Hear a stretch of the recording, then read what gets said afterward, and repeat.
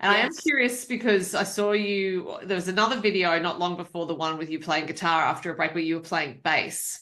And I was wondering whether actually you were playing bass because it was a little bit easier for your fingers than guitar at that stage. Yes, I was really lucky. I had about 40 shows booked in the time that the doctors said I'd be unable to play. And so I rang a friend of mine. I knew very luckily that the band he plays in, their lead singer had just actually had a baby. So I knew that they were having some time off. So I rang him and he very graciously said, "Send me your dates, Chloe. I'll come and play for you."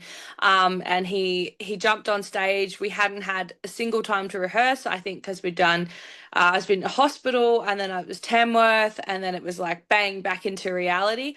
And we played our first show, and I went, you know what? I reckon I can play bass with two fingers. And he went, but you've got three broken fingers. I said, oh, this one doesn't really count. It's only a little fracture. And he's like, Chloe, all right. I said, it's mainly like right hand work. I said, it'll be fine. I'll have a muck around at home. So I taught myself to play bass in an afternoon and then, yeah, jumped on bass and I played bass for 8 weeks and sang. And that is a lot harder than it looks. Kudos to any of those bass singers because you guys, you rock it. You make it look very easy.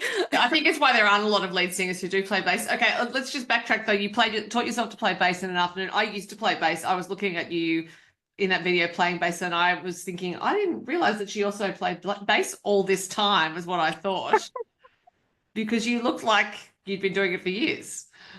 Uh no, I had taught myself in an afternoon and sat down and just, my bassist in my band, I rang her and said, any hot tips? And she said, yep, just if you're not sure, play fifths.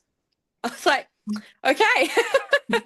So yeah, she gave me the rundown, and I have a very strong piano background, so I guess my musical theory knowledge is quite strong, and I was able to apply that to the fretboard quite easily. And I think I'm very lucky that I do have that background that I can apply all of that knowledge. I can read bass clef and all those things, so it wasn't super foreign to me to be reading bass clef, which was really lucky. So yeah, thank goodness my mum forced me to learn the piano.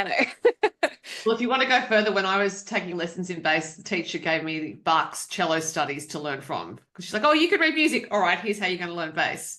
So, Amazing. That's brilliant. I remember accompanying a girl who was doing her cello exams, and I had to play a Bach piece for her one of her diploma pieces, I think. So she was an incredible cellist.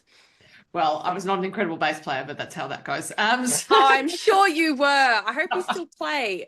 I don't actually gave it up, but switched to guitar. So all's well that ends well.